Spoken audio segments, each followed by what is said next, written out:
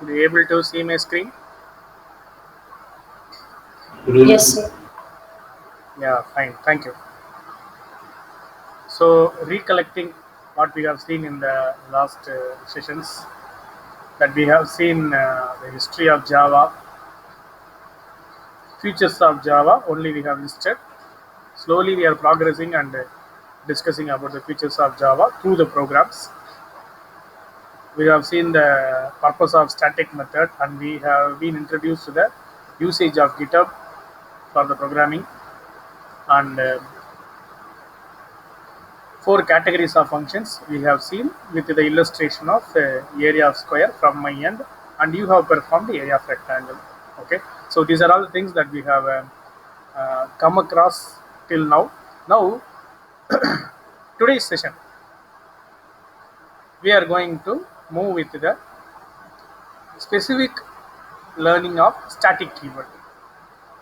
Already I have conveyed you the purpose of static keyword, how the static keyword will behave when it is going to work with the variable, how the static keyword will behave when it is going to work with the method, how this static keyword will behave as a block. Okay, so likewise, several variants have been available for this static keyword. How we are going to incorporate these one while we are going to create our application. Okay, so that could be the major discussion that we are going to do.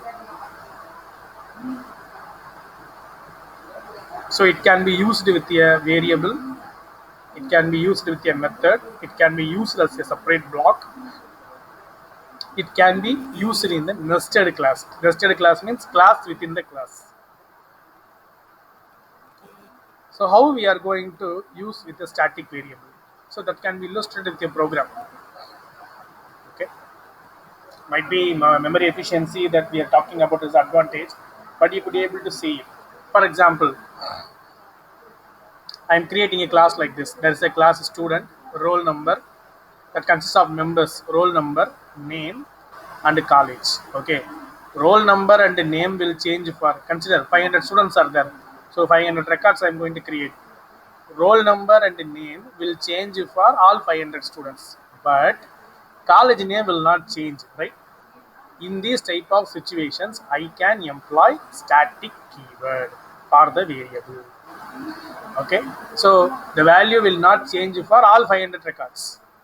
Okay, so how it can be given? That can be given with a, and here you could be able to see that I am blocking. Okay, so static string college equal to, I have given some other name, I have given for the branch name. Okay, for example, RIT, that I could be able to give over here. It might be vary for the number of the record will be varying for roll number and name, but it won't vary for college. So if you want to create a very huge data on these cases, what you will do, uh, without entering for all 500 records, it is enough to enter name and the roll number. By default, rest of the fields will be populated automatically, right? So that is the idea of using static with a variable. Very specifically, again I'll be telling you, with a string variable. Okay, with a string variable. And I want to introduce a convention here. In Java, whatever the built-in keyword which is going to start with a capital letter are termed as class. Okay, so that is a built-in class. So what is a class? Class is a class is a special method, we can convey like that, which contain member functions and member variables. Okay, so member functions and member variables. Class is a, or if you want to convey in a very colloquial way, class is a container which holds member functions and member variables. Okay, so that is the absolute definition for the class. What is the purpose of object? Object is used to, object is a tool, it is used to access the members of the class. Okay, so class and object is like a sandwich, right? So that's what OOPS concept has been derived based upon this. encapsulation. Okay, encapsulation. So nothing but the process of binding code with data is termed to be encapsulation. Okay, if I am going to create the object for accessing the data during the compile time, then it's going to be compile time binding. Otherwise, it is going to be the runtime binding. So these are all some of the terms associated with this concept. Okay, so that's what I want to introduce here. So that's the purpose of static keyword along with a string variable. Okay, so here for sample that they have executed for the student S1 and S2, they have created for two records, two objects. When it is going to display S1 dot display, S2 dot display, what display is going to do? It is going to display the roll number, name, and college. Here you have seen a special method. What is this special method? This is called a constructor. Observe that this method is available in the name of class. Class name is student8. This method name is also student8. There is no return type. I am passing the arguments. So constructor, this is the term I am introducing here. Constructor. What is the purpose of constructor? Whenever the object is created, constructor gets invoked. No need to invoke it using object. If you create the object, automatically constructor will get to be invoked. So constructor is a special method. First point. Second point, constructor will get invoked when the object is created. Okay, when the object is created, see, this is the place where I am creating my object. S1 is the object I am creating here.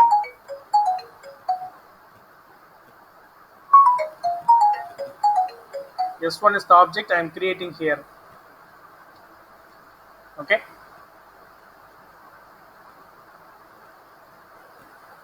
What will happen? 111 and current will go here. 111 and current will go here. Already, as a static variable, I have declared here ITS. While it is going to call, okay, while it is going to call roll number, name, college by default from the class. See that already I have told you, if I am going to use static keyword, there is no need to work with the object. So without using object, I am accessing that variable and automatically I am displaying here. So roll number and name will be received from the constructor. So 111 and current will come here. R will holds 111, N will holds current. So roll number will be assigned with 111, name will be assigned with current. Okay. And one more thing, you can ask a question here. See, what is the purpose of R and what is the purpose of N? Again, you are using here roll number and name. Can we use the same and R and N here? So here we have to give about a term called the scope of the variable. Okay, the scope of the variable. What is the scope actually means? Okay, scope of the variable. What does it mean actually? Scope of the variable, nothing but the livelihood of the variable. Till at which time the variable would be, the value available in the variable would be visible. Okay, so if I am going out of the class, the variable life would not be there. Okay, so this R and N value is coming from outside and I am receiving here. I am going to manipulate this variable with the corresponding class, so it would be executed over there. Okay, it would be executed over there. So roll number and name are belong to the instances here. R and N are the variables here. We have seen three types of variables. Okay, those R and N are being assigned over here and those values are being called over here and it got printed. Okay, this is the working nature of a class, object, as well as the role of a string variable which was static. Okay, so that's the idea here. So it has been given dramatically, but I want to tell you here, see guys, here you have to understand your point. See that objects are stored in the stack, the variables and the corresponding values are stored in the heap. Okay, ultimately it is also being projected as the ITS, college variable. Okay, that you could be able to find out.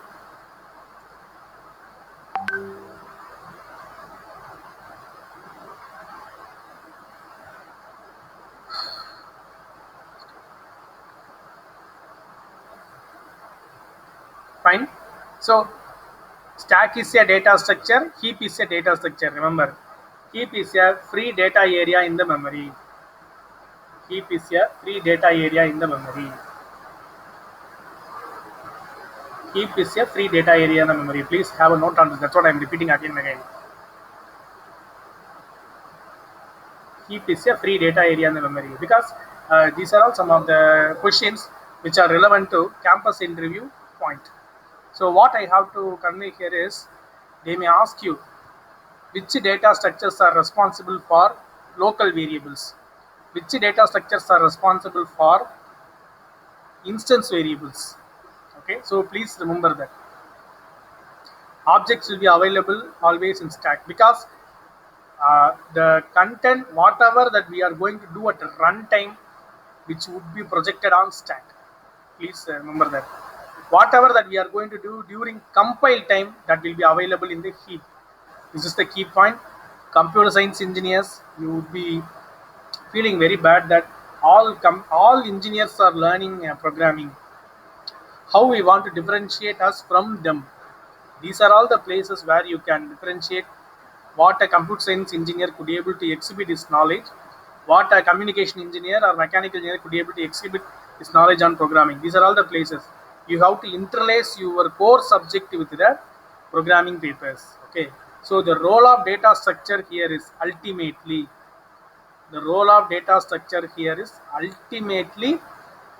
based upon the compile time and the runtime. So if runtime entities are going to be focused on stack, compile time entities are being focused on heap. Okay, so that these are all the points I want to stretch over here related to data structures and static keyword. Next, a normal local variable. Okay, forget about instance variable. A normal local variable that I'm going to use static. So how it will behave. So see that here is a program. The program consists of a variable count. I'm having a constructor count. The purpose of constructor. Here I'm introducing the second purpose. What is the purpose of constructor? Initialization. What we are going to initialize? Initializing the variables values. Okay. It is used for initialization. Okay. It is going to be used for initialization. Please remember initialization. Okay. So purpose of constructor is initialization. So whenever we are going to talk about constructor, remember that these 2 points. First point is whenever the object gets created, constructor gets invoked. Second point, constructor is a special method which is used for initialization. What we are going to initialize? We are going to initialize variable values. Okay. So whenever the instance gets created, automatically it will get initialized. So count plus plus, some operations happening here, and it is going to print count. Okay, I have called 3 times this object. Okay, so for example, what we can do? So let us open a JDoodle here, that you could be able to see actual knowledge of static. So what I am going to do here is, so what I am doing, I am creating a constructor. My class. Okay, so I am creating count plus plus, and giving. So I'll maximize this so that it would be more visible for you. I think now it is visible. Probably, huh? Pretty better.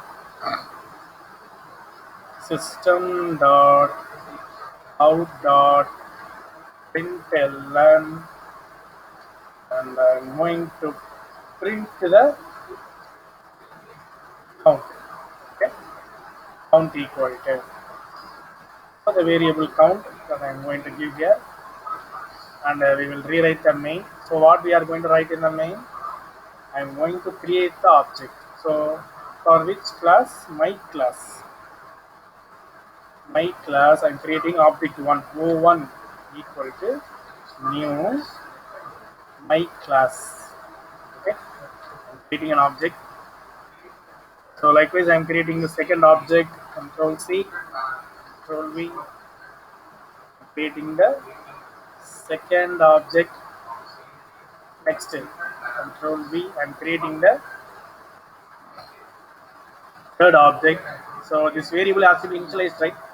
So int count equal to 0. Okay, um, this is what they have given, right? The count equal to 0. They have given this, the same thing that I'm replicating in my program. Okay, so see that. So we will run this. Okay, what is output will come? Anybody of you put your output in the screen? What is output will come? Just a guess. What is output will come? O1. Whenever the object gets created, constructor gets invoked. When O1 is being created, this section will get to execute one time. Again, when O2 is get created, again the class will get executed. The constructor will get executed. When O3 is created, again this body will get to be executed. So 3 times I am creating the object. So 3 times it will get to be executed. That means I will get 3 outputs or count. What are all those values? That is what I am asking. Okay. So any guesses? Any guesses? What are all those outputs? Any guesses? So I'll tell you. So what would be the output? Let us execute this. I'm getting value 1, 1, 1. So what does it mean? Initially count value is going to be 0. Every time that I am going to call that, create that object, the constructor gets invoked. So every time what is happening, count value is being initialized again and again. This is the purpose of constructor. Okay, how to override the functionality of constructor here. So what you have to do, see, without using static keyword, you have seen this program now. Output is 1, 1, 1 because 3 times O1 called, O2 called, O3 called. O1, what will happen? 0, 0 plus plus, it will give 1. Again O2 called, again counter got initialized, count got initialized, again 0, 0 plus plus 1, again O3. So likewise 3 times it got executed. Okay, now I'm going to introduce here static keyword. How it will behave, let us see. See the previous output. Okay, now what it is going to print.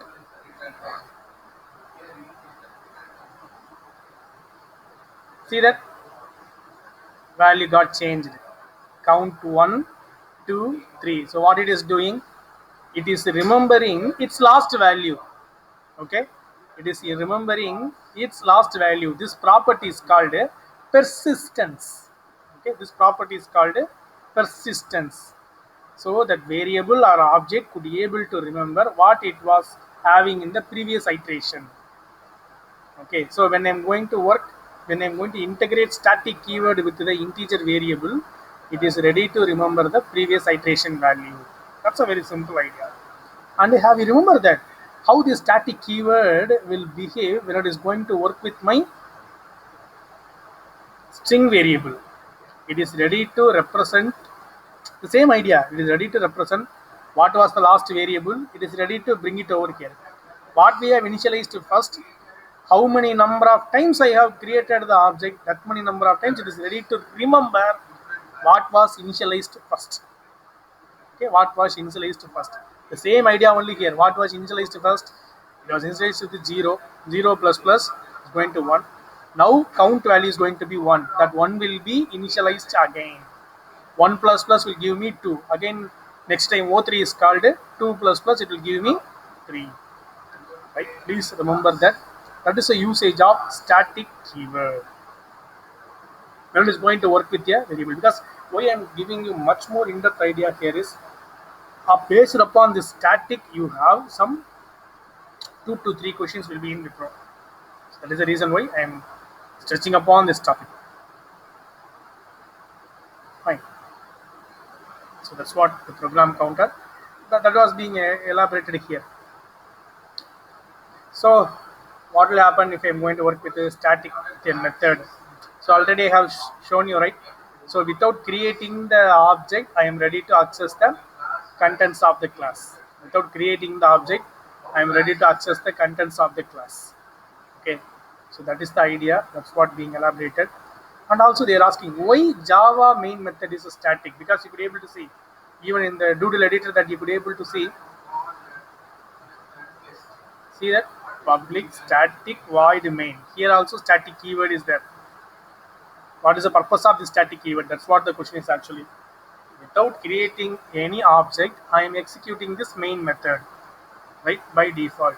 That is the purpose only. The static keyword is there. In lab external Viva OC, they will ask this question. In campus interviews, you have this question. So please remember that. What is the purpose of static keyword in the main method? Okay, so what is the purpose? Ultimately, the purpose is without creating the object, if I want to execute a method, I have to use static keyword. So here main method is getting executed without creating the object. That is the reason why static keyword was prefixed with the main method. That is the ultimate answer that you have to give. Okay, so that's the orientation here.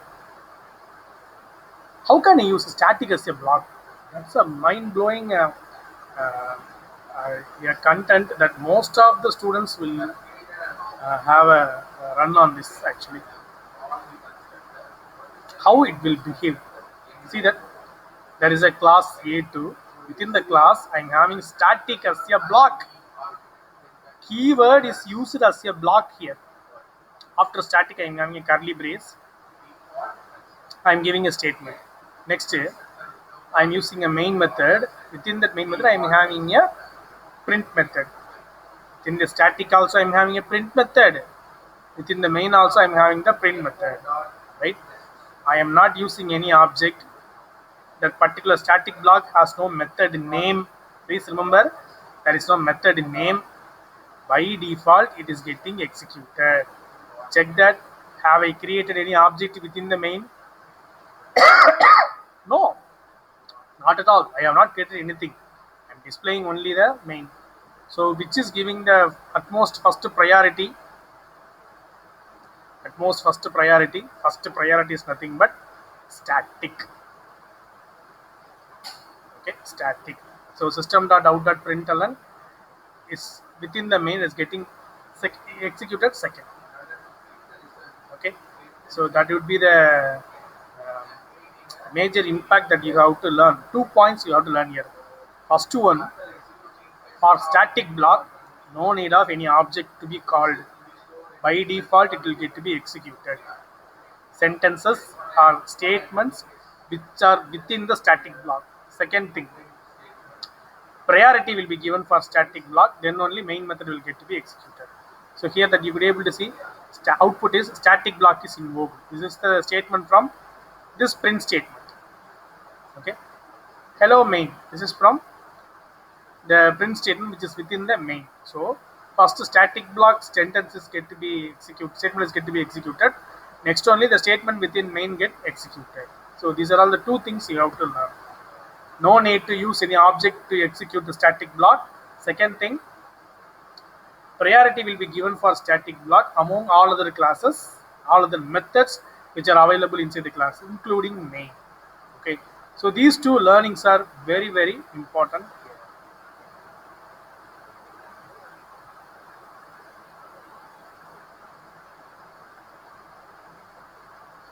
Okay, so and I am flowing to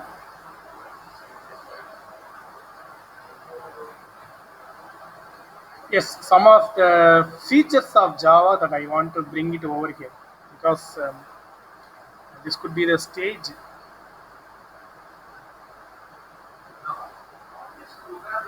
that you must understand. Please remember this is like a formula. Okay, Please remember like this. Object is the base class of for all the available classes in Java. Okay? Object is the base class of for all the available classes in Java. Please remember this point. Not only in Java, in any object-oriented programming language, object is the base class of all available classes in them. Available classes means built-in classes as well as the user-defined classes that what you are going to create. Everything will be on the same board. Okay. You are might be so interested that you could be able to go and learn Microsoft.NET also. There also Microsoft Visual C++ will be there. Even Microsoft Visual C++, you are having C object. Okay, C capital letter, O capital letter, C object. Again, this C object is the object again because Visual C++ is also having a separate category for object-oriented programming paradigms. So that will come over for again C object. Object is the base class for all the available classes inside the corresponding environment. So please remember, this could be like a formula. That's what this diagram will ready to fetch over. Either a built-in one or a user-defined one. These are all the built-in methods available in the directly available in the object method using the object class or to be manipulated using the object. Okay, either anyone. Object is the base class of all the available classes in Java. Suppose we are going to see some methods, those methods will be available inside some class. Again, that class is the derived class of this base class. Why I am talking about this term base class and derived class? Because this is the place I am introducing the object-oriented feature, inheritance. Okay, inheritance. What does it mean, that inheritance? The properties of base class can be acquired towards derived class. It's called inheritance. Very specifically, if you want to talk, your dad is having some future, the same future that you will be having, right?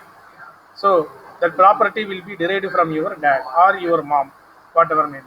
Your grandfather is having some future that will be derived towards your father. Okay, this is called inheritance. So the properties of base class can be acquired towards the derived class also. It's called inheritance. So likewise, here object will ready to hold all these classes directly.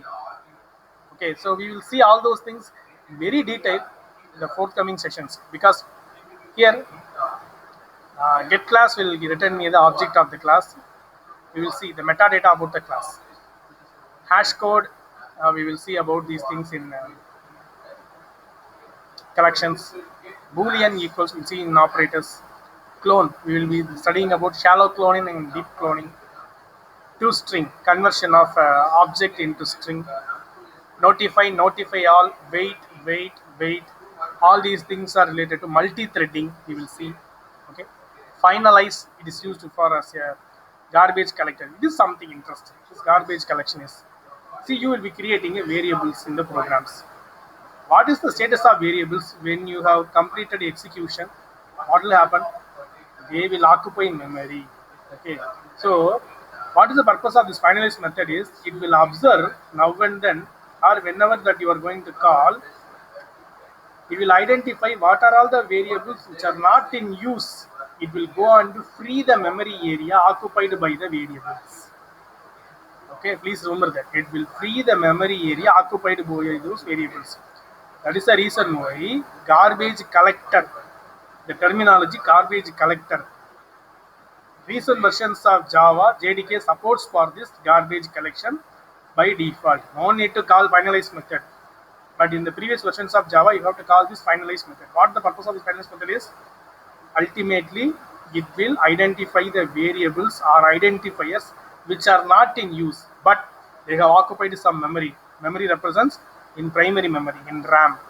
So that memory will be released by the finalize method implicitly. Okay, so that is the idea of finalize method, right? We will see every method here in depth fashion. strict FP. Okay, strict FP. What is the purpose of this FP? FP means floating point. What is the purpose of this keyword strict FP? Make sure that Java is a platform independent language such that the class file will run in any operating system or any hardware. Might be your processor will be based on Intel or Ryzen or whatever may be. It will run on any hardware. When it is going to run, the precision of the floating point variable should not change. So how to maintain that? Using the strict FP keyword, I could able to manage it. For example, IEEE 754. This is the basic formatting representation for floating point that you will learn in your computer architecture paper. So that IEEE 754 format will be preserved if it is going to run in any platform. What does it mean by preserving? For example, after decimal point, I am going to give 9 decimal places. 9 decimal places. This 9 decimal places has to come accurately if I am going to execute in Philips processor, Intel processor, Thomson processor, whatever may be the processor that I am going to use. Okay, so how to ensure it? For ensuring that only in the software, in the program that what we are writing, we have to incorporate this keyword strict FP.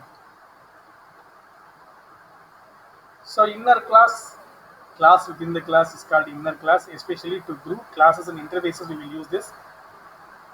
This is a very basic inner class. See the test member outer one, that is the main class name. Within the class I have given inner class inner. Inner is the name of the class here, but concept is different. See that how I am accessing the inner class. Normally what I will do, for the class name I will create the object. See that test member outer one, or I have created the object, and using that object I could able to play with that. But for accessing inner class, how I am creating the object? Test member outer one dot inner. Again for inner I am creating the object in, which is equal to, see that I am typecasting here. This object is for test member outer one. That object is being dot new space inner. So this is the syntax. This is the syntax. Please remember this syntax. This syntax will be a major question in all competitive examinations, including campus interview. This is a repeated question in GATE examination also. Okay. Outer class name dot inner class name space inner class object equal to outer class object dot new keyword, again inner class name parenthesis. This would be the syntax. Okay, this would be the syntax. So please remember about this.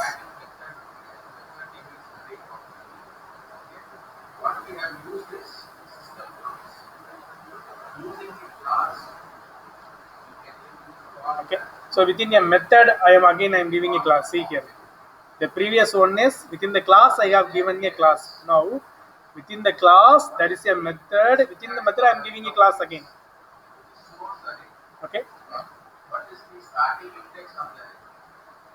again within that class, in the previous program, within the class there is a method. Within the method there is a class. Now the next level, within the class there is a method. Within the method there is a variable. That variable is going to be accessed within the inner class. Okay, so these three variants are there: class within the class within a method, then there is a class, again class within a method, there is a variable. That variable is going to be used within the inner class. Okay, nested class. Static nested class means without creating object I am going to access the class. So this is the place I am introducing the usage of static keyword within the class inner. Okay, static keyword, the class inner. See that I have created object for the test outer one only. I have not created object for inner. Please remember, I have not created object for inner. I have created object for test outer one. For the class only I have created object. That object is ready to access my method, which is available inside the inner class. Class is static. Ultimately, no need to access object using the class. It's enough to access the method which is available inside the class. That is also the object what I am using, which was being designated for the outer class. Okay, static nested class. Command line arguments. So I think I have to demonstrate this command line arguments. Okay, I think we are running shortage of time. We will discuss these things in the forthcoming session. I think we have one more session by probably on fourth or I think so fourth or fifth hour. We'll continue on the time. So now we will go for attendance call. If you have any clarifications, you can raise now.